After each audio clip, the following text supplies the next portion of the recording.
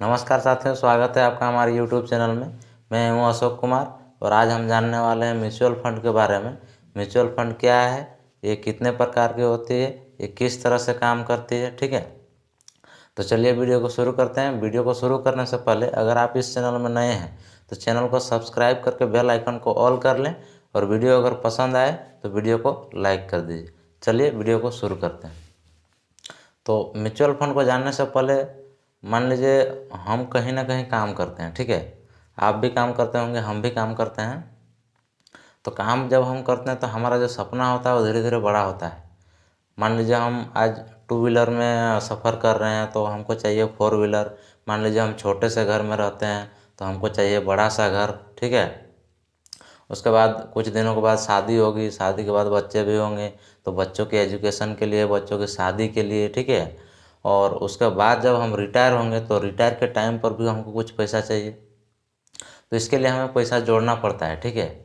अगर मान लीजिए हम पैसा जोड़ के घर में रख लेंगे, मान लीजिए हम 1 लाख रुपया जोड़े और जोड़ के अगर हम घर में रख लेंगे पैसे को, तो वो पैसा जो बढ़ेगा नहीं, जहाँ तक घटेगा, ठीक है। आप कहोगे कैसे घटेगा। मान लीजिए हम 1 लाख रुपया जोड़ के रख लिए, ठीक है। वो जो 1 लाख रुपया है, अभी हम अगर जोड़ के रख लेते हैं और 1 लाख रुपया में जो अभी हमको सामान मिलने वाली है, मान लीजिए कोई चीज़ अभी 1 लाख रुपया उसका कीमत है और वही चीज़ जो अगले साल होगी वो 1,07,8,000 की हो जाएगी। आप कहेंगे कैसे। तो मतलब हमारे जो इंडिया की इन्फ्लेशन रेट है ना, इन्फ्लेशन रेट मतलब समझते हैं, इन्फ्लेशन रेट का मतलब होता है महंगाई दर, ठीक है। इन्फ्लेशन जो है 7-8% के दर से मतलब बढ़ती है प्रत्येक साल। तो इसके लिए अगर हम पैसा को आज हम 1 लाख रुपया जमा कर लेंगे ना, तो अगले साल जो 1 लाख रुपया में हमको मिलने वाली चीज़ है वो अगले साल 7,000 या 8,000 रुपया ज़्यादा हो जाएगी, ठीक है। तो इसी को कहते हैं मनी जो अपना पावर जो है, अपना वैल्यू जो है लूज करती है, अपना परचेजिंग पावर जो है वो पैसा लूज करती है घर में रखने से, ठीक है। तो इससे अच्छा है हम कहीं इन्वेस्ट करेंगे।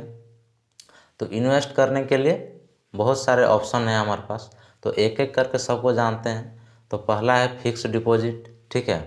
अब फिक्स डिपॉजिट में 6 से 7% हमको मिलता है। तो 6-7% से हमारा तो होगा नहीं, क्योंकि जो हमारा इन्फ्लेशन रेट है, जो महंगाई दर है, वो तो 7-8% से बढ़ रहा है। इसका मतलब हमारा पैसा बढ़ नहीं रहा है, अल्टीमेटली घट रहा है, ठीक है। और इसके बाद होता है सेविंग अकाउंट। तो सेविंग अकाउंट में तो मतलब ज़्यादा से ज़्यादा 3-4% ही मिलता है। तो 3-4% में क्या होगा, हमारा पैसा तो आधा घट ही रहा है। तो इससे अच्छा है हम फिक्स डिपॉजिट ही कर लें। 7-8, कम से कम 6-7% तो मिलेगा ना। चलिए, इस सब में अगर हम संतुष्ट नहीं हैं, मान लीजिए हमें सेविंग अकाउंट में 3-4% मिलता है, इसमें इन्फ्लेशन को बीट नहीं कर सकते हैं। फिक्स डिपॉजिट में 6-7% मिलता है, तो इसमें भी हम इन्फ्लेशन को बीट नहीं कर पा रहे हैं। अब तीसरा आता है आरडी, मतलब रिकरिंग डिपॉजिट। इसमें क्या होता है, प्रत्येक महीना हमको एक फिक्स अमाउंट जो है 500 रुपया, 1,000 रुपया जमा करना पड़ता है। तो ये भी जो है वो मतलब फिक्स डिपॉजिट से थोड़ा कम ही मिलता है, इसमें हमको ब्याज मान लीजिए 6-7% मान लीजिए मिल जाता है हमको फिक्स डिपॉजिट में, तो 5-6% हमको लगभग मिलता है आरडी में। तो ये भी नहीं हुआ, इसमें भी इन्फ्लेशन को बीट नहीं कर पाया। अब मतलब अगला आ जाता है गोल्ड। गोल्ड मतलब होता है सोना, ठीक है। सोना एक अच्छा इन्वेस्टमेंट है। क्यों? क्योंकि सोना जो है मतलब जिस प्रकार से इन्फ्लेशन बढ़ती है, जिस प्रकार से महंगाई बढ़ती है हमारे देश की, उसी प्रकार से सोना का भी रेट बढ़ता है। तो अगर हम सोना भी इन्वेस्ट कर देंगे तो इन्फ्लेशन को तो बराबर करेगा, इन्फ्लेशन से तो हम बच जाएंगे। लेकिन हमको इन्फ्लेशन से ज़्यादा हमको ब्याज चाहिए, क्योंकि अगर इन्फ्लेशन के हिसाब से हमारा पैसा बढ़ेगा तो हमारा पैसा मतलब बढ़ नहीं रहा है, अल्टीमेटली बराबर ही रह रहा है। आज अगर हम 1 लाख रुपया इन्वेस्ट करेंगे, 5 साल के बाद अगर वो 2 लाख हो जाता है, तो 2 लाख रुपया में 10 ग्राम आपको सोना मिलेगा, ठीक है। तो कहाँ हमारा पैसा बढ़ा, नहीं बढ़ा। तो इसके बाद आ जाता है रियल इस्टेट, मतलब लैंड, मतलब ज़मीन, ठीक है। अब ज़मीन के लिए चाहिए बड़ा कैपिटल, ठीक है। अब बड़ा कैपिटल अगर हमारे पास नहीं है तो ये ऑप्शन तो हमारे लिए ख़त्म हो जाता है, ठीक है ना। तो अब इसको छोड़ते हैं, अब अगले पर चलते हैं।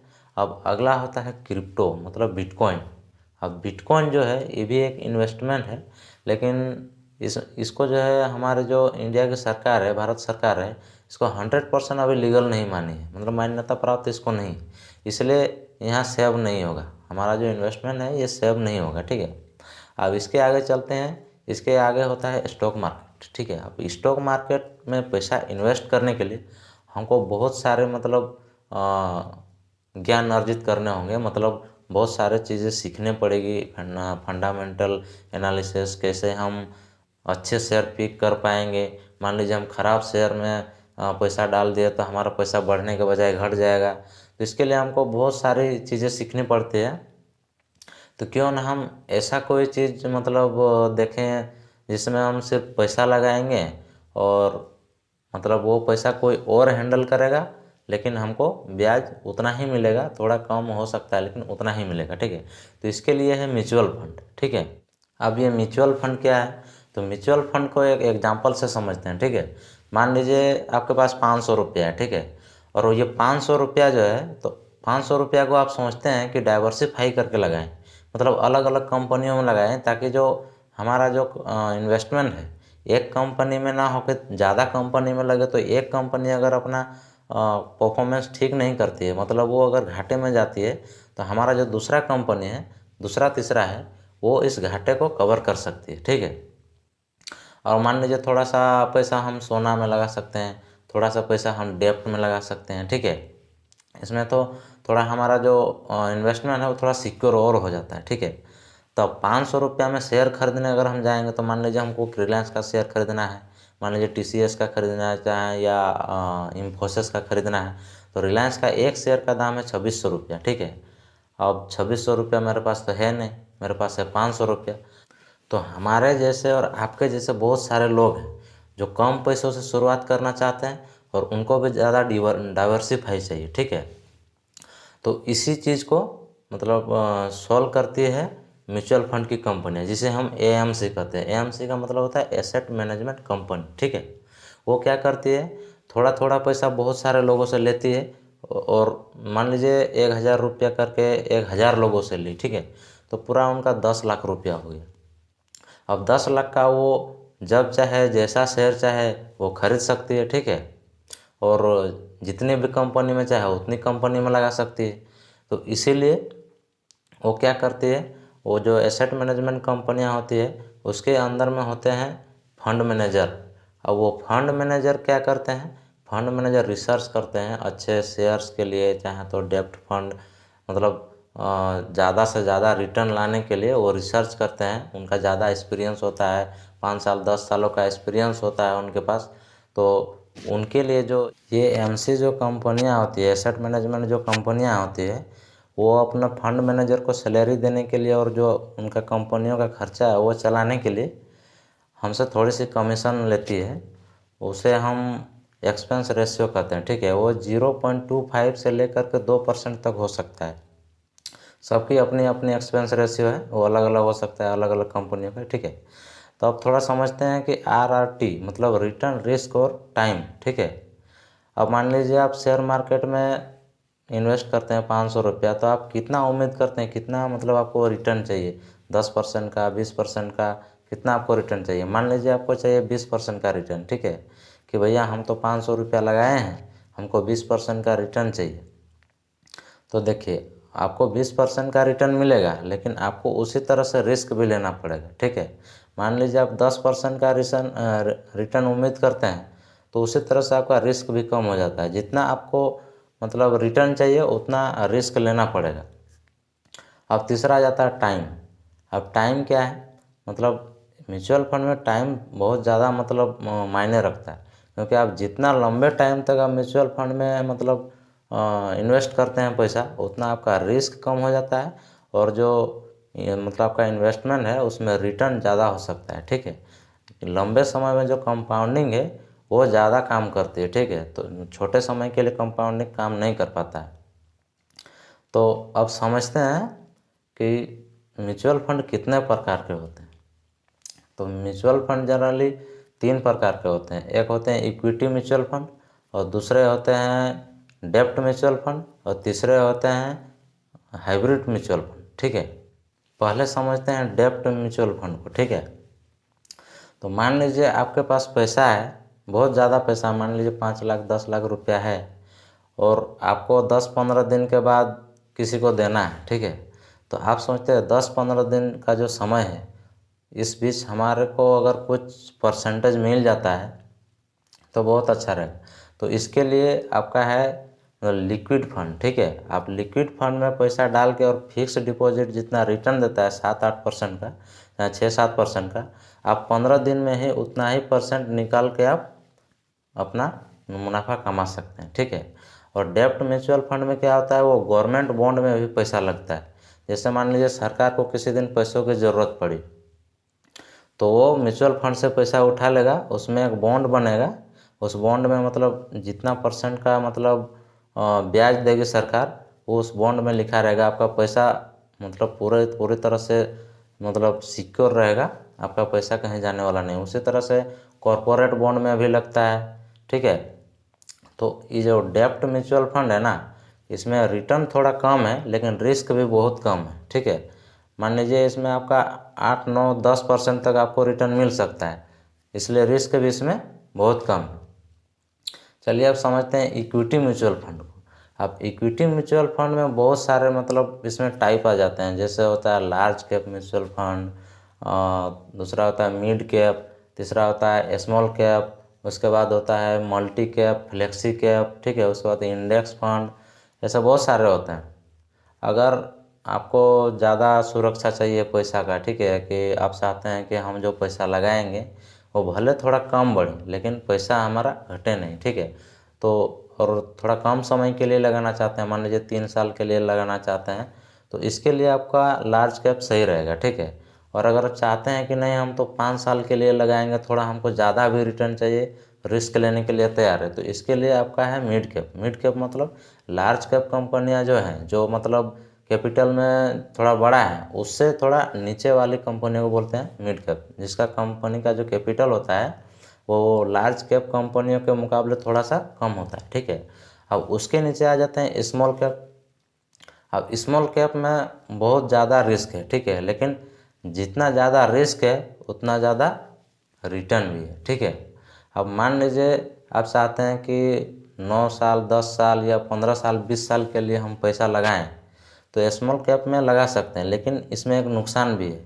यह जो छोटी कंपनियां हैं, जितना इसकी बढ़ने की प्रोबेबिलिटी होती है उतना घटने की भी होती है, ठीक है। मान लीजिए आप सोच के लगाएंगे हमको 20% 25% का रिटर्न चाहिए, तो 20-25% का रिटर्न हो भी सकता है, नहीं भी हो सकता है, वो माइनस में भी जा सकता है, ठीक है। तो अगर इससे आपको थोड़ा सेफ्टी चाहिए, मान लिया थोड़ा और आपको डर लग रहा है कि नहीं इतना रिटर्न और इतना रिस्क ठीक नहीं है, तो इसके लिए आपका है मल्टी कैप, ठीक है। अब मल्टी कैप जो है वो भी लॉन्ग टर्म के लिए है, लेकिन ये मल्टी कैप जो है मतलब तीनों में लगाता है, मतलब लार्ज कैप में भी लगाएगा, मिड कैप में भी लगाएगा, स्मॉल कैप में भी लगाएगा। ये मतलब आपको बताएगा कि इतना परसेंट लार्ज कैप में लगेगा, इतना परसेंट मिड कैप में, इतना परसेंट स्मॉल कैप में, ठीक है। तो इसके बाद आ जाती है फ्लेक्सी कैप। फ्लेक्सी कैप में भी यही रूल्स है, मतलब वो तीनों में लगा सकती है, ठीक है, लेकिन ये किसी को बताएगी नहीं, ठीक है। ये अपने मन से आप उनका मतलब जो अच्छा लगेगा, वो अपने रिसर्च जो अच्छे लगेगा उसको, वो मतलब चाहे तो स्मॉल कैप में ज़्यादा रिटर्न लाने के लिए अगर अच्छा कंपनी उनको मिल गया तो स्मॉल कैप में भी पैसा लगा के और ज़्यादा रिटर्न ले सकते हैं, और जब देखें कि मार्केट थोड़ा डाउन हो रहा है तो वो लार्ज कैप में पैसा लगा देती हैं, ठीक है। उसके बाद आता है इंडेक्स फंड। अब इंडेक्स फंड क्या है, तो इंडेक्स का मतलब होता है, हमारे इंडिया में दो इंडेक्स हैं, एक है निफ्टी 50 और दूसरा है सेंसेक्स, ठीक है। तो अब इंडेक्स फंड में मतलब दो प्रकार के होते हैं, जैसे एक होता है एक्टिव फंड, एक होता है पैसिव फंड, ठीक है। तो एक्टिव फंड में क्या होता है कि फंड मैनेजर जो है ना, मतलब इंडेक्स के अंदर में ही पैसा लगाएगा। मतलब जो मान लीजिए निफ्टी में लगाएगा या बैंक निफ्टी में लगाएगा, या फिर मान लीजिए किसी सेक्टर बाय मतलब इंडेक्स जो होता है, मान लीजिए ऑटो सेक्टर हो गया, ऑयल सेक्टर हो गया, मेटल सेक्टर हो गया, ठीक है, उसी इंडेक्स में पैसा लगाएगा। लेकिन क्या है, मतलब सभी कंपनी में नहीं लगाएगा, वो उसमें से चूज करेगा कि मतलब कौन सी कंपनियां अच्छा है, अंडर वैल्यूड है, मतलब जिसका मतलब कीमत जो है महंगा नहीं है, इस समय सस्ता चल रहा है, वैसे ही कंपनी को मतलब खोज खोज कर लगाएगा। ठीक है। और ये जो मतलब पैसिव फंड है वो कुछ नहीं करेगा। वो मैनेजर क्या करेगा, जो मान लीजिए उसको निफ्टी 50 में लगाना है या सेंसेक्स में लगाना है, तो सेंसेक्स की जो 30 कंपनियां हैं वो 30 कंपनियों में जिस तरह से वेट है कंपनियों की, उसी परसेंट के हिसाब से वो सभी कंपनियों में लगा देगा। इंडेक्स ऊपर जाएगा तो आपका पैसा भी बढ़ेगा। और जनरली क्या होता है, इंडेक्स ऊपर ही जाता है। ठीक है। वो 14% का या 15% का रिटर्न इंडेक्स देता ही है। इसलिए जो पैसिव इंडेक्स फंड होता है उसमें थोड़ा एक्सपेंस रेशियो कम हो जाता है। ठीक है। और जो एक्टिव इंडेक्स फंड होता है उसमें थोड़ा एक्सपेंस रेशियो ज़्यादा हो जाता है, क्योंकि वो बार बार ट्रांजैक्शन करते हैं, बेचते हैं खरीदते हैं, बेचते हैं खरीदते हैं, इसलिए उसका जो एक्सपेंस रेशियो है वो थोड़ा ज़्यादा हो जाता है। ठीक है। अब थोड़ा समझ लेते हैं हाइब्रिड फंड को। ठीक है। हाइब्रिड म्यूचुअल फंड को, हाइब्रिड म्यूचुअल फंड ऐसा है कि वो जो हाइब्रिड म्यूचुअल फंड का जो पैसा होता है वो थोड़ा इक्विटी म्यूचुअल फंड में भी लगता है और थोड़ा डेब्ट म्यूचुअल फंड में भी लगता है। ठीक है। इसमें मतलब परसेंटेज हिसाब होता है, मान लीजिए 60% इक्विटी में लगा तो 40% लगेगा डेब्ट में। ठीक है। तो इसके भी कई टाइप होते हैं। ठीक है। तो चलिए उस टाइप को समझते हैं। पहला है एग्रेसिव हाइब्रिड फंड। ठीक है। तो अभी मैंने जिस तरह से बताया कि इस फंड में मतलब 60% या 70% होता है वो इक्विटी में लगता है और 30% जो होता है वो डेब्ट में लगता है। ठीक है। और दूसरा जो होता है इक्विटी सेविंग फंड। ठीक है। मतलब लगता है इक्विटी में ही है, लेकिन ऐसे शेयर में लगता है जो मतलब उसका जो कैपिटल होता है वो सेविंग हो जाता है, मतलब सेव होता है। ठीक है। ज़्यादा लॉस मतलब नहीं वो लेगा, मतलब प्रॉफिट भी कम चाहिए और लॉस भी कम चाहिए। ठीक है। अब तीसरा होता है मल्टी एसेट एलोकेशन। ठीक है।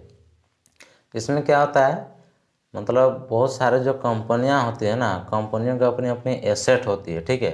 एसेट का मतलब होता है मान लीजिए कोई मशीन हो गया, चाहे तो और भी ऐसे कई चीज़ होते हैं जो कंपनियों के पास एसेट होते हैं।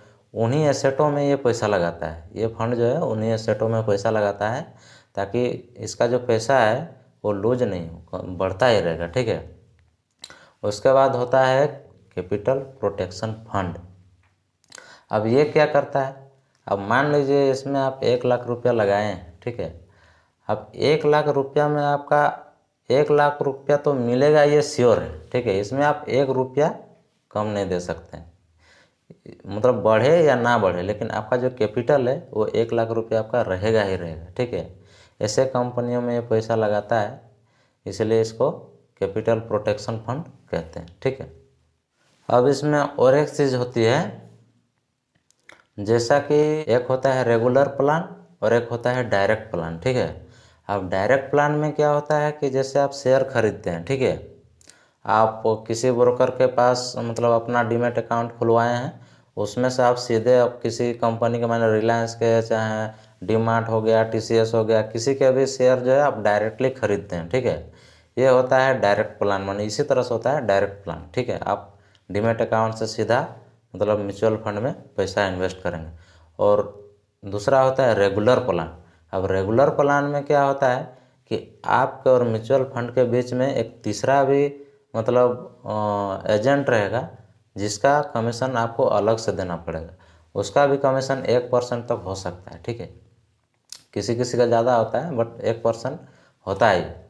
तो मान लीजिए आप रेगुलर प्लान लेते हैं, मैं तो सजेस्ट करूँगा कभी रेगुलर प्लान ना लें, क्योंकि रेगुलर प्लान में आपका जो बीच में जो एजेंट है उसका भी एक्सपेंस रेशियो देना पड़ेगा, प्लस जो म्यूचुअल फंड का एक्सपेंस रेशियो है वो भी देना पड़ेगा। और एक चीज़ है जो जनरली लोग ज़्यादा लोग बताते नहीं हैं, ये चीज़ क्या है, जब आप मतलब एग्जिट करोगे, जब आप मतलब रिडीम करोगे, पैसे को अपना निकालोगे मतलब म्यूचुअल फंड से, तब एक मतलब और एक चार्ज लगता है जिसको हम एग्जिट लोड कहते हैं। ठीक है। ये भी ध्यान देने की बात है, जब आप पैसा लगाओगे तो एक्सपेंस रेशियो लगता है, और जब आप निकालोगे तो एग्जिट लोड लगता है, वो थोड़ा कम होता है। मतलब मान लीजिए 2%, 3%, जैसा मतलब 500 कंपनियां हैं, 500 कंपनियों के अलग अलग रेट हैं। आप थोड़ा रिसर्च कर लीजिएगा, देख लीजिएगा, ठीक है। तो ये भी लगता है। उसके बाद आप कहेंगे कि भैया अब म्यूचुअल फंड में हम इन्वेस्ट कैसे करेंगे। तो इन्वेस्टमेंट जो है मतलब दो प्रकार का है। आप चाहे तो 500 रुपया महीना से भी शुरू कर सकते हैं। मान लीजिए आपके पास बड़ा कैपिटल नहीं है तो 500 रुपया महीना से भी आप शुरू कर सकते हैं। उसको बोलते हैं SIP, ठीक है। SIP का मतलब होता है सिस्टोमेटिक इन्वेस्टिंग प्लान, ठीक है। आप एक बार इस चीज़ को अगर चालू कर देते हैं तो प्रत्येक महीना आपके बैंक अकाउंट से जो है 500 रुपया आप जितना बढ़ा घटा जो भी सकते हैं। मतलब आप अगर चाहें आप ज़्यादा कमाने लगे तो आप चाहेंगे नहीं हम तो अब 1000 रुपया लगाएंगे महीना में, तो वो बढ़ा भी सकते हैं, घटा भी सकते हैं। अगर मान लीजिए किसी महीना आपके खाते में पैसा नहीं है और आप चाहते हैं कि नहीं इस महीना हम अपना SIP जो रोक देंगे, तो इसमें भी कोई दिक्कत नहीं है, ठीक है। इसमें डरने वाली कोई दिक्कत नहीं है। आप किसी भी समय डाल सकते हैं, किसी भी समय बंद कर सकते हैं, ये आपके हाथ में है, ठीक है। और एक होता है लमसम। मान लीजिए आपके पास 10,000 चाहे 20,000 50,000 जितना भी हो, आप चाहते हैं कि भैया नहीं हम हर महीने तो नहीं दे सकते हैं, हम एक ही बार में दे देंगे और बस अपना 10-20 साल के लिए हम देखते रहेंगे, तो वो भी हो सकता है। तो म्यूचुअल फंड में इन्वेस्ट करने के लिए आपको चाहिए एक डीमैट अकाउंट, ठीक है। तो डीमैट अकाउंट का लिंक हम डिस्क्रिप्शन में दे देंगे अपस्टॉक का, जो फ्री में खुलता है। और इसका जो एनुअल मेंटेनेंस चार्ज है जो सालाना लगता है वो इसमें ज़िंदगी भर नहीं लगेगा, ठीक है। ये एक अपॉर्चुनिटी है, आप फ्री में खुलवा सकते हैं। तो अपस्टॉक का लिंक आपको डिस्क्रिप्शन में मिल जाएगा। अपस्टॉक में जाके आप डीमैट अकाउंट खुलवा लीजिए और डीमैट अकाउंट खुलवाने के बाद आप जाएंगे म्यूचुअल फंड में, और म्यूचुअल फंड में आप अपना अकाउंट बनाएंगे और वहाँ से आप मतलब इन्वेस्ट कर सकते हैं। उम्मीद करते हैं कि इस वीडियो से बहुत कुछ सीखने को मिला होगा आपको। अगर इस वीडियो से आपको कुछ सीखने के लिए मिला है तो वीडियो को लाइक कर दीजिए, और अगर चैनल में नए हैं तो चैनल को सब्सक्राइब कर लीजिए। आपसे एक छोटी सी रिक्वेस्ट है कि वीडियो को आप ज़्यादा से ज़्यादा शेयर कीजिए, ताकि गांव-गांव के लड़कों को ये सीखने के लिए मिले, क्योंकि ये जो नॉलेज है स्कूल और कॉलेज में नहीं दिया जाता है, ठीक है। मिलते हैं अगले वीडियो में, तब तक के लिए जय हिंद, धन्यवाद।